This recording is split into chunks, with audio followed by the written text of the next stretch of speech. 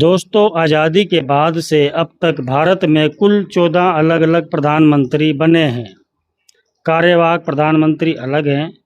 कई लोग पूछते हैं कि किस प्रधानमंत्री के समय देश पर कितना कर्ज था।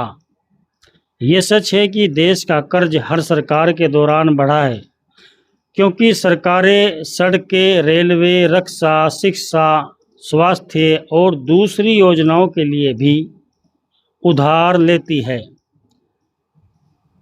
ये कहना कि फला प्रधानमंत्री ने सबसे ज़्यादा कर्ज लिया या फला ने बिल्कुल कर्ज नहीं लिया, सही तस्वीर नहीं दिखाता। सही तुलना करने के लिए ये भी देखना पड़ता है कि उस समय देश की अर्थव्यवस्था कितनी बड़ी थी, कितना विकास हुआ और कर्ज का अनुपात कितना था।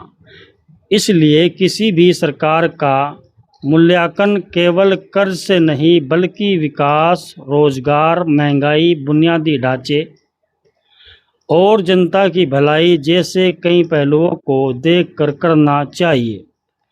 बातें कैसी लगी हैं कमेंट में बताएं और इस वीडियो को शेयर करें। दोस्तों, आज़ादी के बाद से अब तक भारत में कुल 14 अलग अलग प्रधानमंत्री बने हैं। कार्यवाहक प्रधानमंत्री अलग हैं। कई लोग पूछते हैं कि किस प्रधानमंत्री के समय देश पर कितना कर्ज था। ये सच है कि देश का कर्ज हर सरकार के दौरान बढ़ा है, क्योंकि सरकारें सड़कें, रेलवे, रक्षा, शिक्षा, स्वास्थ्य और दूसरी योजनाओं के लिए भी उधार लेती है।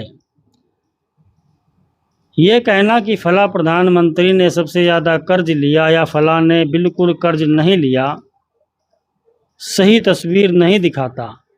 सही तुलना करने के लिए ये भी देखना पड़ता है कि उस समय देश की अर्थव्यवस्था कितनी बड़ी थी, कितना विकास हुआ और कर्ज का अनुपात कितना था।